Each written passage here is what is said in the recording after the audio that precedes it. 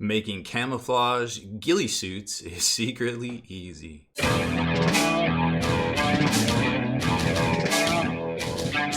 Spiky bits. Welcome back, Hobby Maniacs. I'm Rob Baer from SpikyBits.com.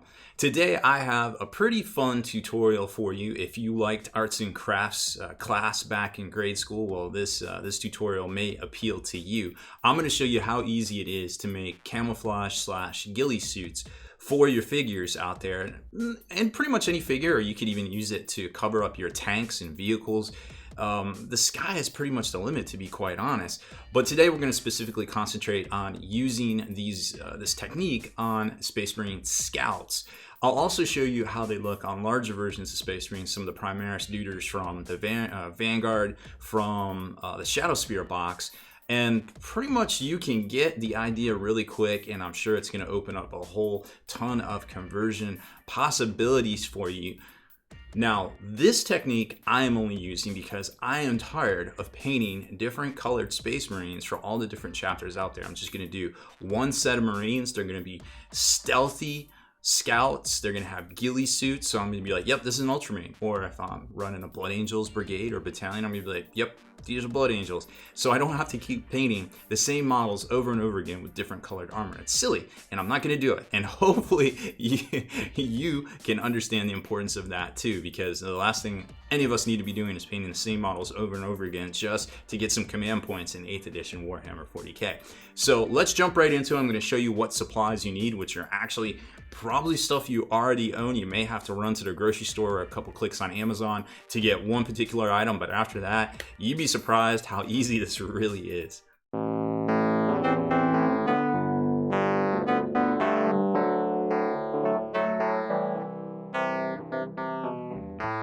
So here we are. Like I said, probably stuff you have. Very simple tools for this tutorial. You are going to need some unbleached cheesecloth, and cheesecloth is actually used for food prep purposes. I understand it's for baking for the mysterious ovan, something to do with turkeys, or I don't know exactly. I just use the microwave. What can I say? Chef Mike is good enough for me. But this particular stuff you can find in the baking aisle at your local favorite grocery store. You can check it out on Amazon.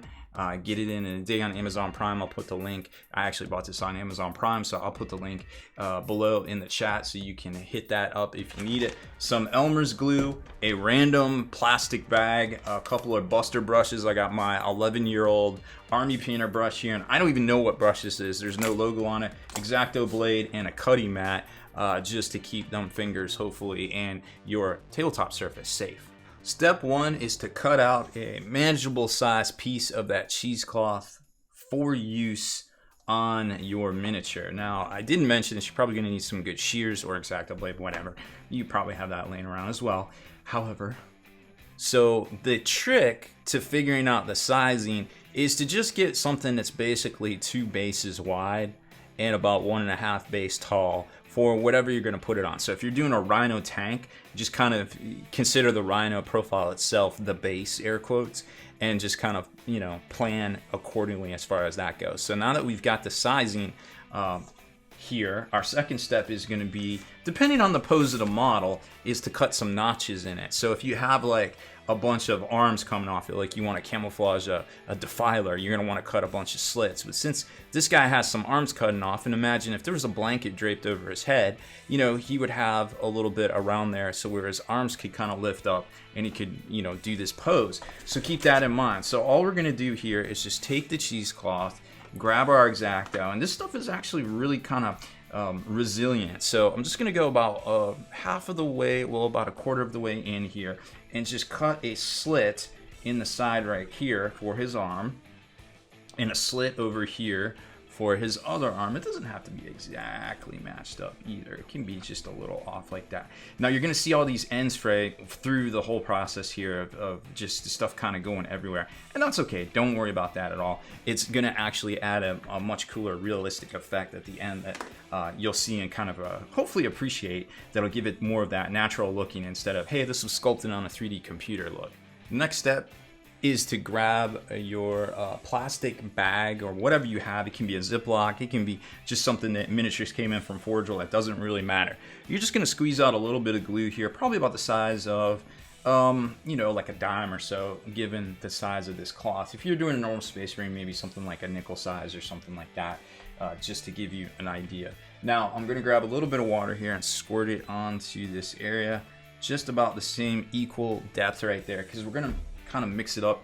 And what we really want to do here is make it not runny. We want it to kind of like a little bit thicker, like almost like oatmeal. And this is too much water. So as you see here, I put too much water in, which isn't a big deal.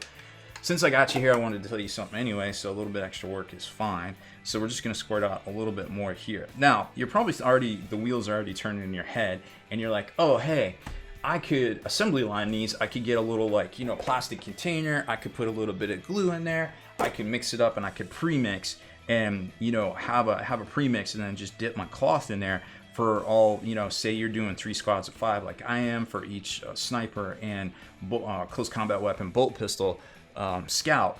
I would actually advise against that. I tried that at the beginning when I was doing this, and what actually turned out happening was that it was completely unmanageable to actually get the cloth inundated with the glue in a fashion that you could actually manage with your hands.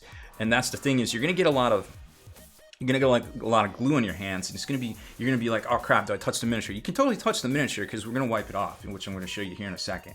So the third step, once you get your glue paste mixture all ready to go, is just plop your cheesecloth right into here, and you're gonna see it's not gonna soak it up, believe it or not, as quick as you would think. So we're just gonna add a little bit of glue here, because I do want it to be, you know, kind of damp with the glue. And so we're just gonna add this onto here like so, and so it is a little bit damp and everything with that. I'm gonna rinse off our brush, and the key here is keep your brushes pretty well clean. You might want to use a little bit of that Slow Fuse or Creature Caster Gentastic brush goop at the end of this, just to make sure that you're not getting any of that glue down in the ferrules and clamping up your miniatures and splitting your hairs. So now that that's ready, you gotta act quick. So step 4 is to actually apply the gauze on, or excuse me, you can use gauze, but just cheesecloth just works better in my opinion. So we're gonna apply the cheesecloth, the camo suit, to the model here. And it's just like, you know, you're harnessing your inner Beavis, you're putting this over top of the miniature, just like you would, let me move this out of the way, just like you would if you were dressing up as like a ghost for Halloween or something like that, like whatever. It's very easy. You're just gonna drape it over, make sure you get those little slots around the arm there, and it's not gonna look very interesting at this point, but now that this cape or cloth or cloak is actually on here, we can have a little bit more fun with it. So I forgot that I'd have to hit the mouse button, so I wanted to make sure I got my hands clean so I can interface with the computer in between scenes here. So I touched it up just a little bit just to get it started, just to show you guys. This is where your smaller brush is going to come in. You want to get a little water on your brush, and then you can really start dictating some of this movement on the cape and such. And remember, it's just like it's draped over. Just pretend you take a blanket or a sheet, just put it over your head and imagine what that would look like, and chances are it's probably gonna look just like this right here that you're doing. So I'm just gonna kind of twirl it and get some of these pieces just kind of hanging off. I worked a little around the head right here. Now you can feel free to kind of push this back like it's a hooded, like it's a hood. Then you can work in folds here, whatever you want. This particular, I already did a couple of those for my sergeants. I had the hood down. So this one, I'm just gonna kind of leave the hood up, like it's over his head, kind of like this, a little bit like that, and then kind of push some of this down. It's going to show, you know, kind of like he's got his shirt partly off, but that's fine. And some of these tassels are just going to hang down, so you just want it to kind of hang down naturally and look like it's flowing around the model. And then on the back, and then if you get any glue, like I said, on the model like this, it's super easy. You just take your brush, and that's got a little bit of water on it, so you can honestly do this over a pre-painted miniature if you want. We got a little bit of a base coat on here. I picked this guy up used because he was already assembled and stuff, so kind of already ahead of the game. Just have to do some touch-ups, which you're about to see on the finished product. And then on the back here, you can literally paint in folds however you want. Like if you want a little fold right there, you want a fold right here, you can really just kind of work it in there and take your trusty tabletop fan here, and whenever you're happy with it, right about here, I am officially happy with this model. I'm just going to set it down and I'm going to activate my fan, and in a matter of 5 or so minutes he will be completely dry. This is Steve. He'll be our stunt double while the other model is actually drying, which brings us to our next point. You will notice that there's some slight discoloration here. It's perfectly okay. It's just going to pick up, you know, a little bit of what's in the ambient surroundings, but once you get paint on here, you're not even going to notice any of that. It's not like it's snow mixed with baking soda that's attracting all that crap from the air. That's just a bad idea. Definitely recommend nobody does that. So what we're going to do here is all these tassels and things, and even on the one that's drying right now, are actually going to harden and be all, well, natural looking, but also kind of a pain, because how do you model something like that? So you just got to grab your X-Acto and just kind of slice off exactly, you know, what you want and what you don't want in as close to authentic manner as you potentially can. Now, depending on how you're going to base it, you know, you might not have to worry about any of that. So just kind of go through and spend a few minutes on each model, just kind of trimming all these extra pieces off, and you're going to get an effect that looks very, very authentic and torn and stuff there at the bottom around where all your cuts are. And from there, once you have that skill set, it's pretty much the sky's the limit. Like here is one of the new Primaris Vanguards with a really cool looking cloak. Now he is way bigger than this model right here, so we had to use a little bit more surface area to make that cloak work, but you kind of get the idea of how that would be. And then here's just a normal Vanguard Space Marine with a cloak going over his backpack that, you know, once you get this painted up, it'll all start to look a little bit better, but as you see the depth, it kind of doesn't make any sense, which is okay. And then, like I said, you can paint folds into wherever you want for the most part, and once you trim it all up, it's gonna look just great. So once you get some paint on it like this, just some dark paint, add some grays, and just kind of keep the tonal palette. This is just, I think, Steel Legion Drab with a little bit of Strong Tone from Army Painter in it. Very easy effect to simulate there.